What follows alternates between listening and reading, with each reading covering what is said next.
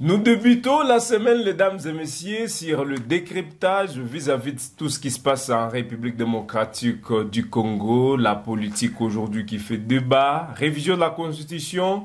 Nous allons revenir justement sur certains points, certaines questions qui acquiment l'actualité aujourd'hui, sans toutefois épargner le discours du président de la République à Lubumbashi ce week-end, ce 16 novembre 2024. L'article 51, 214 et 217, c'est quoi l'interprétation?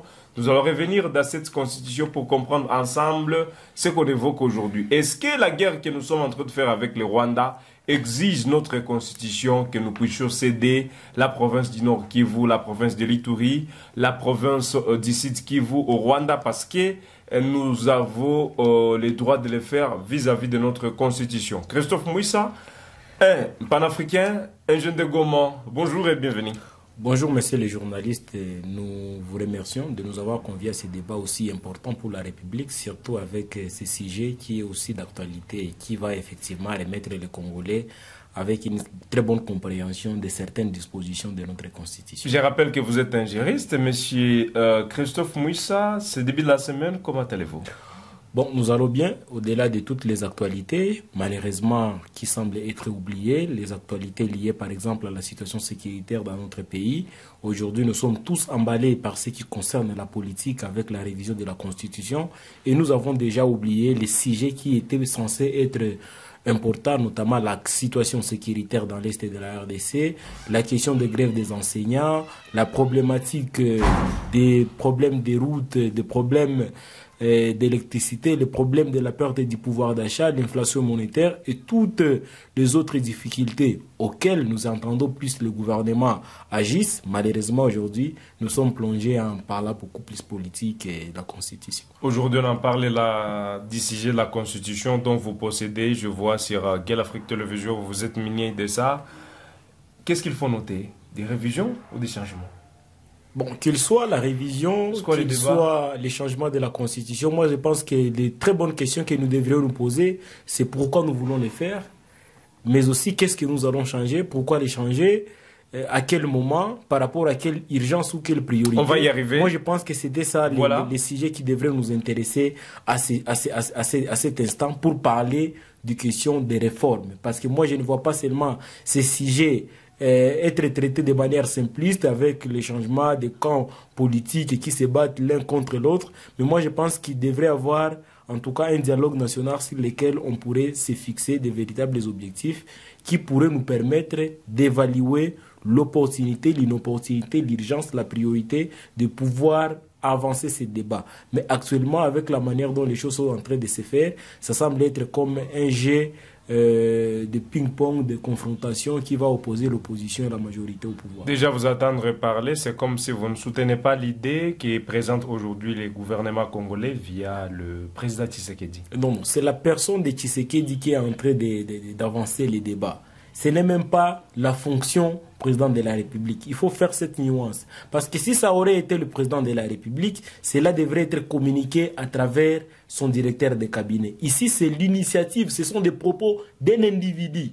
Mais c'est Tshisekedi qui veut effectivement embraser et qui a relayé les propos d'Augustin Kabouya, qui à son tour aussi n'a pas l'unanimité au sein de l'IDPS et de surcroît dans toute la famille de l'Union sacrée. Parce que lorsqu'on parle du gouvernement, on voit l'institution. Lorsqu'on parle du président de la République, on voit l'institution. Mais ici, tel que je suis en train de vous le dire, ça devrait passer par le canal administratif bien coordonné, signer l'ordonnance, c'est de là qu'on pourrait parler du fonction du président de la République. Mais ici, on parle de Tshisekedi comme individu, mais qui joue effectivement le rôle du président de la République. Trois questions se posent aujourd'hui, Christophe Mouissa, de savoir pourquoi changer aujourd'hui la Constitution. Est-ce que c'est le bon moment de changer la Constitution? Et s'il faudra changer ou modifier la Constitution, c'est quoi les articles clés à toucher aujourd'hui? Pourquoi changer la Constitution? Lorsqu'on parle du pourquoi, il faut effectivement aller un peu plus loin, voir quelles sont les motivations. Et comme nous savons, les acteurs politiques dans notre pays, le plus souvent, lorsqu'on engage de tels débats, c'est beaucoup plus de questions liées à comment est-ce qu'ils vont s'éterniser au pouvoir, comment est-ce qu'ils vont développer d'autres manœuvres, de continuer à rester aux affaires. Et lorsque effectivement vous rentrez dans les cadres sociaux, dans les cadres juridiques, dans les cadres même qui pourraient accroître le développement de notre pays, vous verrez que dans les fondamentaux, il n'y a pas de véritable motivation. Parce que lorsque vous lisez le préambule de notre constitution, presque tout y est. Tout y est et ce sont des objectifs que nous nous sommes fixés. Si on peut se poser des questions, quand on veut changer la constitution, est-ce que les objectifs préétablis dans le préambule, l'exposé des motifs de notre constitution ont été atteints? Je peux vous ramener, par exemple, au premier alinéa qui vous dit « Nous, peuple congolais, unis par le destin et par l'histoire autour des nobles idéaux, de liberté, de fraternité, de solidarité, de justice, de paix et de travail, animés par notre volonté commune de bâtir au cœur de l'Afrique un état de droit et une nation puissante et prospère, fondée sur une véritable démocratie politique, économique, sociale et culturelle. Si on peut s'arrêter à ce niveau. Est-ce que ces objectifs, nous les avons déjà atteints pour passer à une autre république en termes de changement?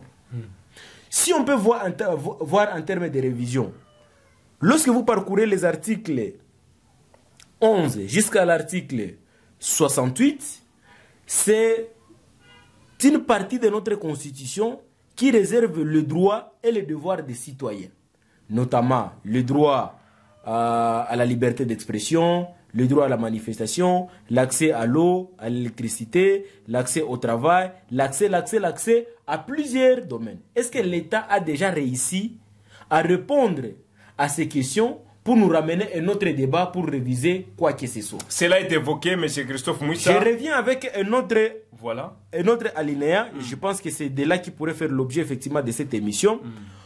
Considérant que l'injustice, avec ses corollaires, l'impunité, le népotisme, le régionalisme, le tribalisme, le clanisme et le clientélisme, par leurs multiples civicitudes, sont à l'origine de l'inversion générale des valeurs et de la ruine du pays. Est-ce que nous avions déjà vaincu l'injustice dans un pays où nous avons une justice malade? Est-ce que nous avons déjà vaincu le tribalisme? Nous avons déjà vaincu le clientélisme, le népotisme et tous ces corollaires. C'est-à-dire à ce point ici, avant qu'on nous amène dans le fond de la Constitution, ce préambule a déjà tout réglé. Parce que ce sont des objectifs bien déterminés. Est-ce qu'on est un pays solidaire? Est-ce que nous sommes devenus un pays puissant? Est-ce que nous sommes déjà un état de droit? Et tout ce qui va avec. Vous voyez? Donc, les motivations devaient ressortir d'ici. Parce que ceux qui sont en train d'expliquer aujourd'hui pour justifier le changement de la Constitution aura aussi les préambules. Qu'ils nous disent que, est-ce que nous avons déjà atteint l'état de droit? Peut-être oui pour eux. Est-ce que nous sommes une nation puissante au cœur de l'Afrique?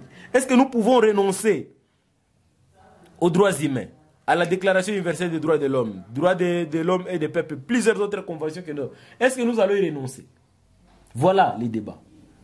Donc ici, ce sont en fait des sentiments politiques qui nous animent plus que le patriotisme. Et aussi longtemps que nous n'atteindrons pas à un niveau où nous devons placer l'intérêt supérieur de la nation en avant, tous les discours que nous serons en train de faire seront des discours de manipulation, des discours de tromperie, de démagogie. Et malheureusement, comme nous sommes dans un pays où le mensonge est beaucoup plus véhiculé, plus que la vérité, voilà pourquoi il y a une forte adhésion massive qui est en train d'être interprétée malheureusement par des personnes qui étaient censées informer la population, l'éduquer, et qui sont en train de faire des interprétations erronées de notre constitution. Monsieur Christophe Mouissa, avant de convoquer ici la deuxième question, de savoir et c'est le temps, vous dites que ce n'est pas vraiment le moment, le moyen, selon le préambule, vis-à-vis de la situation actuelle, sans toutefois parler de l'article 217, parce que nous allons y arriver justement. Oui. Est-ce qu'aujourd'hui, en République démocratique du Congo, cela évoque aussi la volonté du président de la République, parce que vous le faites savoir aujourd'hui qu'il ne réagit pas en tant que président de la République, mais lui, en tant que Félix Antoine Tshisekedi. Oui. La situation actuelle, dont lui s'inquiète, ce n'est pas vraiment une motivation pour le changement, selon vous? Non, ce n'est pas une motivation, parce que la guerre a commencé en 2021, juste lorsqu'il avait, je crois, 2 ans au pouvoir. Et ce n'est pas la Constitution qui pourrait nous donner à gagner la guerre. Ce n'est pas la constitution. Ce qui peuvent faire en sorte que nous puissions gagner la guerre, ce sont les FARDC. Et lorsque vous lisez les articles 182 de la Constitution, qui parlent des prérogatives des forces armées de la RDC, ils sont là pour assurer l'intégrité du territoire, combattre toutes les menaces qui pouvaient provenir de l'intérieur et de l'extérieur. Ça, ce n'est pas en changeant la Constitution qu'on va récupérer toutes ces zones. C'est la capacité de monter en puissance des FARDC à travers le commandant suprême qui est le chef de l'État, à moins qu'ils nous disent que lorsqu'on va changer la Constitution, il ne sera plus le commandant suprême. Parce que les FARDC jusqu'à aujourd'hui n'entendent que le mot d'ordre du président pour combattre. Est-ce qu'il faut changer la Constitution pour qu'il donne son mot d'ordre? Non. C'est faux. Donc que les politiciens aujourd'hui ne trompent pas la population avec des interprétations erronées. Ils sont dans leurs calculs politiciens. Et c'est malheureusement ces calculs politiciens qui nous amènent dans la manipulation. Ils sont capables de tromper tout le monde pourvu qu'eux continuent à demeurer aux affaires. J'ai suivi le secrétaire général de l'IDPS qui fait des interprétations autour de l'article 217. Nous allons y arriver. Il y a l'autre qui fait des interprétations sur l'article 51. Mais ça, c'est très grave si on peut être géré par des gens qui ont postulé sur base de la même constitution et une fois au pouvoir, ils retournent contre la même constitution. Et ce qui est très grave, j'ai suivi le secrétaire général de l'IDPS dire que la constitution de tout un État, c'est une malédiction. Toute une constitution qui nous régit, nous, qui nous constitue, nous, en tant qu'État, on l'appelle malédiction. Ça, c'est quelle manière de traiter les Congolais et les Congos à ce niveau-là? Et beaucoup de gens sont là, ils sont en train de l'acclamer, mais quelqu'un qui ne respecte pas un texte qui a permis à ce qu'il soit député, qu'est-ce qu'il respectera encore? Parce que même si on peut bien beau vouloir changer la constitution, mais il faut commencer par respecter les prescrits qu'il y a. Parce que jusqu'à preuve du contraire, c'est la même constitution qui nous régit. Mais vous l'injuriez, vous l'insultez. Un document qui est passé par référendum constitutionnel, approuvé par le peuple congolais, vous l'appelez malédiction. Vous avez brigué des mandats sur base de la même constitution et vous l'appelez malédiction. Le président de la République a prêté serment d'ici, s'engager à défendre cette même constitution et vous la menacez. Moi, je pense qu'il y a aussi une forme d'ingratitude, au-delà des ambitions politiques désirées, il y a aussi de l'ingratitude vis-à-vis de l'IDPS. Et vis-à-vis principalement du président de la République, qui fit le véritable défenseur de cette constitution lorsqu'il était à l'opposition. C'est quoi le contexte aujourd'hui qui change? Il n'y a pas de contexte qui change. M. Christophe Mouissa, hier, il s'est bâti, il a combattu, vous avez d'ailleurs lutté avec lui, je rappelle ici, il a montré sa position ferme de ne pas permettre à Joseph Kabila de changer la constitution, c'est-à-dire, s'il était à l'opposition, il n'a pas permis à Kabila de changer la constitution. Il ne devrait pas faire taire l'opposition aujourd'hui qui réclame que la constitution ne sera pas changée. Qu'est-ce qui a changé? Le temps de Kabila, je finis la question, l'état de Kabila, ce n'était pas opportun, aujourd'hui c'est maintenant opportun. Qu'est-ce qui a changé entre? Il y a eu quelle transition entre les deux pour que cela soit vraiment opportun? Non, le Congo aujourd'hui est victime de manque d'hommes intègres qui disent quelque chose aujourd'hui et demain ils changent de camp. Là, vous irez loin? Non, c'est ça la vérité. Parce que la même personne de Félix Tshisekedi, alors président de la République, qui s'est opposé au changement ou à la révision de la Constitution en disant que la Constitution n'avait aucun problème. Le problème du Congo aujourd'hui, c'est que les Congolais doivent manger, ils doivent avoir accès aux services sociaux de base, notamment l'eau, l'électricité, la santé, l'emploi et tout ce qui va avec. Aujourd'hui, sans qu'il ne donne même pas lui-même ce dont les Congolais avaient besoin depuis l'époque jusqu'à aujourd'hui, il menace encore la même constitution de la changer. Qu'ils nous disent lorsqu'il était à l'opposition. Et ça, malheureusement, les acteurs politiques sont très mauvais parce qu'ils créent des réalités dans leur propre tête. Ils vous disent que non, la constitution n'est pas adaptée aux réalités. Mais quelle réalité a changé depuis 1994 jusqu'à aujourd'hui? Depuis 2006 jusqu'à aujourd'hui? Tshisekedi avait dit que la constitution n'avait pas de problème parce que aujourd'hui le problème du Congo, c'est l'emploi. Est-ce qu'il lui a donné l'emploi aux jeunes? Il nous a promis les jours des élections ici qu'il créerait 6 millions d'emplois au cours de son prochain mandat. Si vous pouvez évaluer les 6 millions d'emplois au bout de 5 ans, c'est-à-dire qu'il doit en créer au moins 120 000 par an. Pour aboutir 120 000 par an. Pour aboutir à 6 millions chaque 5 ans. C'est-à-dire, bientôt là, nous allons atteindre 1 an. Depuis qu'il est au pouvoir, nous ne savons même pas si on a créé 10 emplois pour les jeunes. La question de la sécurité. Il a signé des accords avec Kagame et Museveni. Jusqu'à aujourd'hui, nous sommes maintenant agressés. sans que lui-même ne mette la paix et la sécurité. Nous allons arriver sur l'article 217 où lui-même le président de la République, qui fut un ancien président de l'Union africaine, qui nous a fait adhérer, s'il vous plaît, on est en train d'y aller, qui nous a fait adhérer dans l'Eastern Africa Community, et où il a recommandé au peuple congolais de ne pas se battre pour des petits morceaux de terre, parce que c'est l'Eastern Africa Community qui sera notre pays. Il l'a dit, c'est dans ce discours. Est-ce qu'aujourd'hui le Congo et les Congolais ont accès aux soins de santé? Est-ce qu'aujourd'hui les Congolais ont des routes, ils ont de l'électricité, ils ont de l'eau? Voilà que Kinshasa qui se noie, qui inonde à chaque fois qu'il pleut. Beaucoup d'embouteillages. Des questions liées aux grèves des enseignants, les grèves des médecins. Vous avez de l'autre côté le problème d'encadrement des militaires qui ont des salaires dérisoires, payés à monnaie d'échange. Pendant une période de guerre aussi pareille, nous avons aujourd'hui la consommation de plus de 70% du budget national par les institutions de la République, dont les détournements s'en suivent. Même dans son propre cabinet en tant que président de la République, des détournements continuent à être observés. Des surfacturations, des consommations abusives des budgets de l'État. Et vous avez plusieurs rapports, notamment ceux de l'ODEP. Vous avez l'IGF qui dénonce à tout moment des détournements qui se font. Donc, sur ce point-là aussi, moi je pense qu'il n'y a pas de réalités qui ont changé. Voilà. On peut parler des réalités si et seulement si les objectifs inscrits dans le préambule pourraient déjà être répondus. C'est-à-dire, selon vous, ni avant, c'est-à-dire ni avant-hier, ni hier, ni aujourd'hui, ni demain, ce n'est pas encore opportun le changement de la Constitution. Mais pourquoi changer? Allons-nous sur l'interprétation des articles, mesdames et messieurs. Vous êtes sur Gale Afrique Télévision.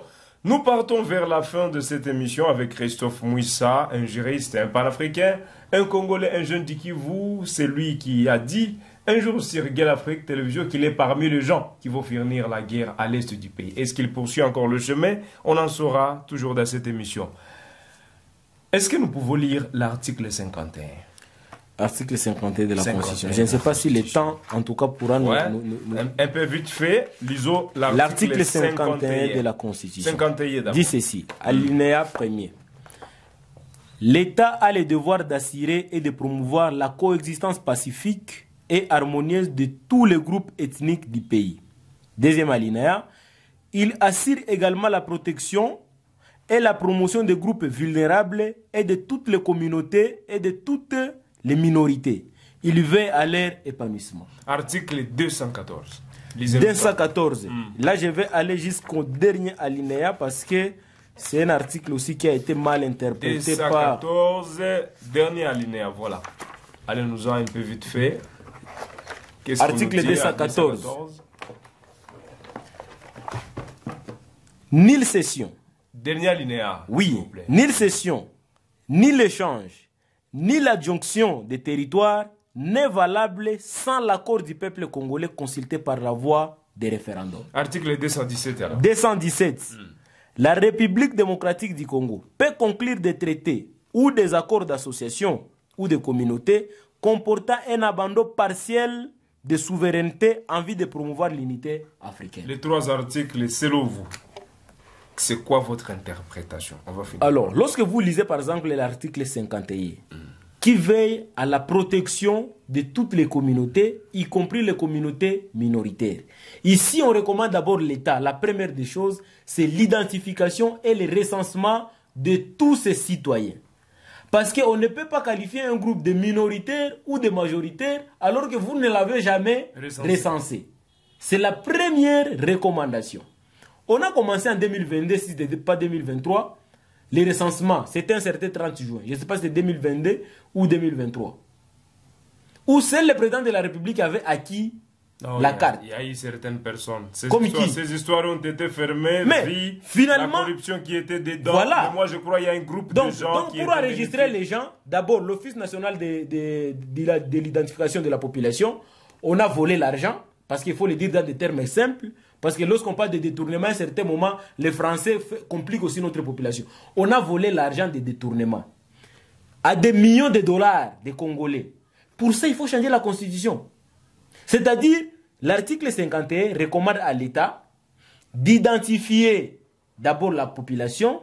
Après l'identification et le recensement, on saura quel est le groupe minoritaire, quel est le groupe majoritaire. Pour les groupes minoritaires, l'État veille à leur épanouissement. C'est-à-dire, il les accorde une protection spéciale. Il veut également aux groupes vulnérables.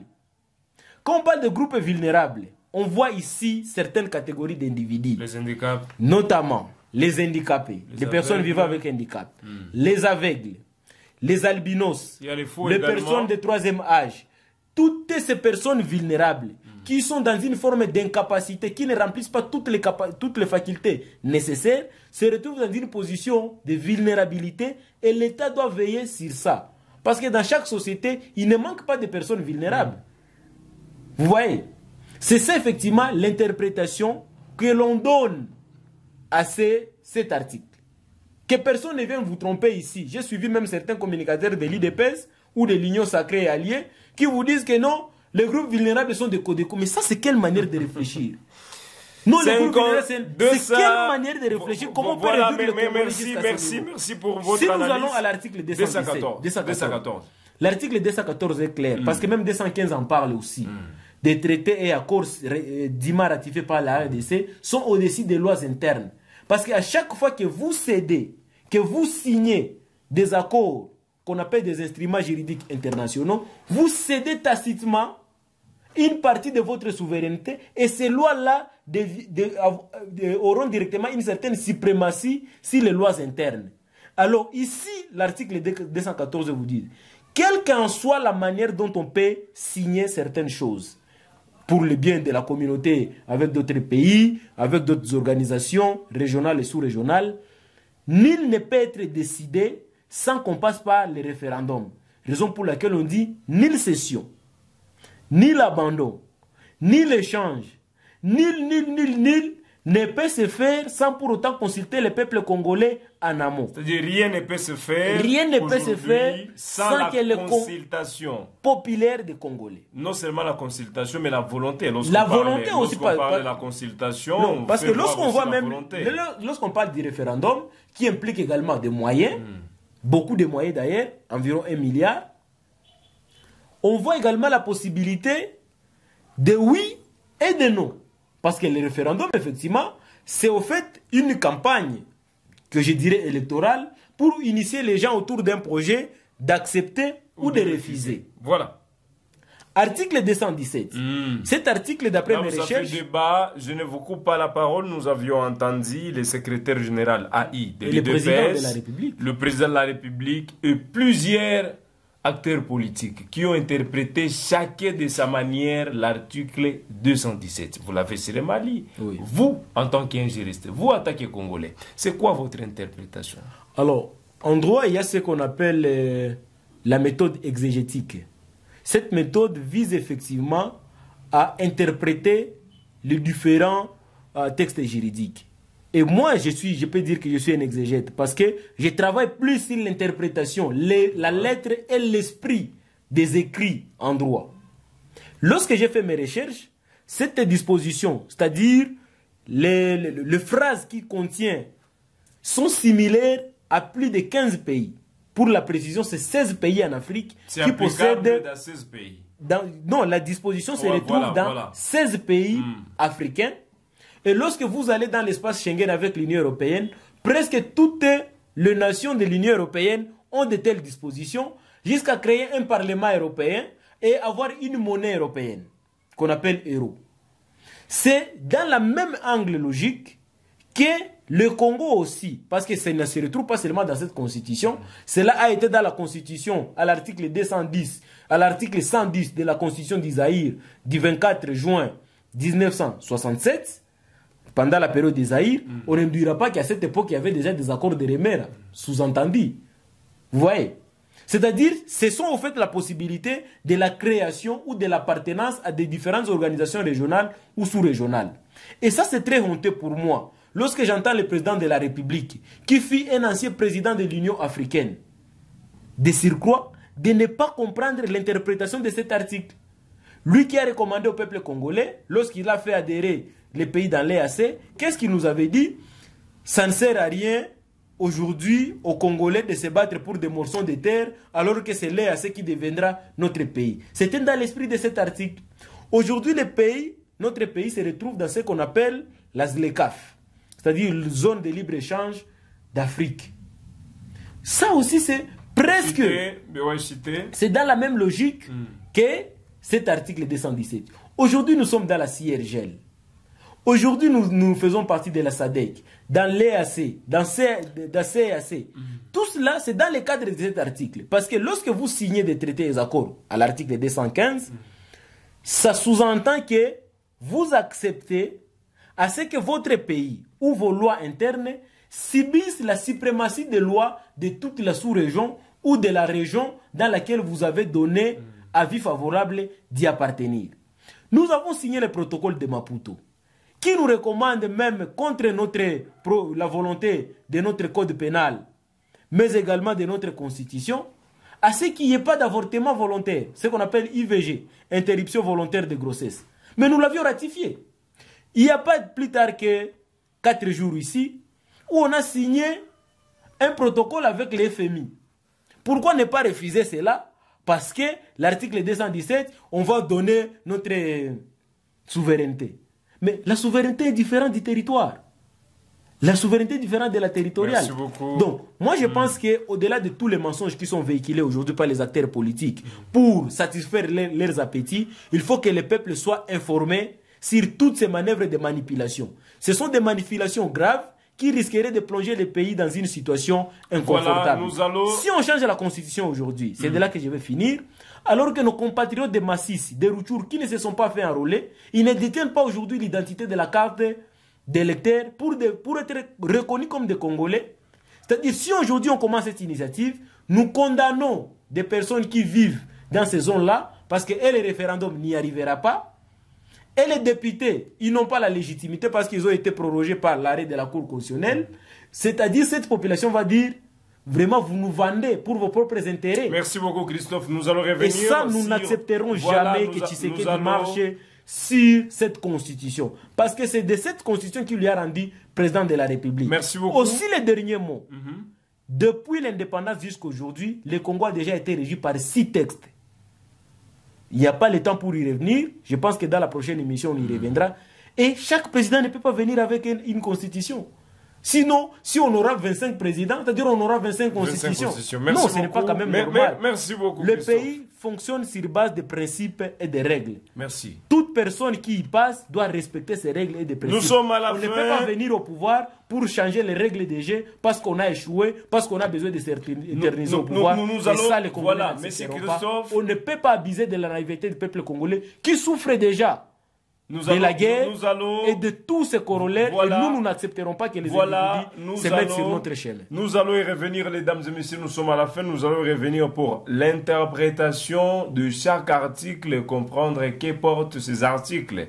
C'est-à-dire, on avait à parler aujourd'hui sur Gueule Afrique Télévision de ce qui concerne l'article 51, 214, 217 qui est interprété en divers parties aujourd'hui par plusieurs personnes. Nous vous disons merci, Christophe Mouissa. Merci beaucoup. Bon début de la semaine chez vous tous, vous qui nous aviez suivis à ce jour. Nous vous disons merci de nous avoir choisis, merci de nous suivre sur notre chaîne et on se fixe un nouveau rendez-vous à la prochaine sur d'autres actualités.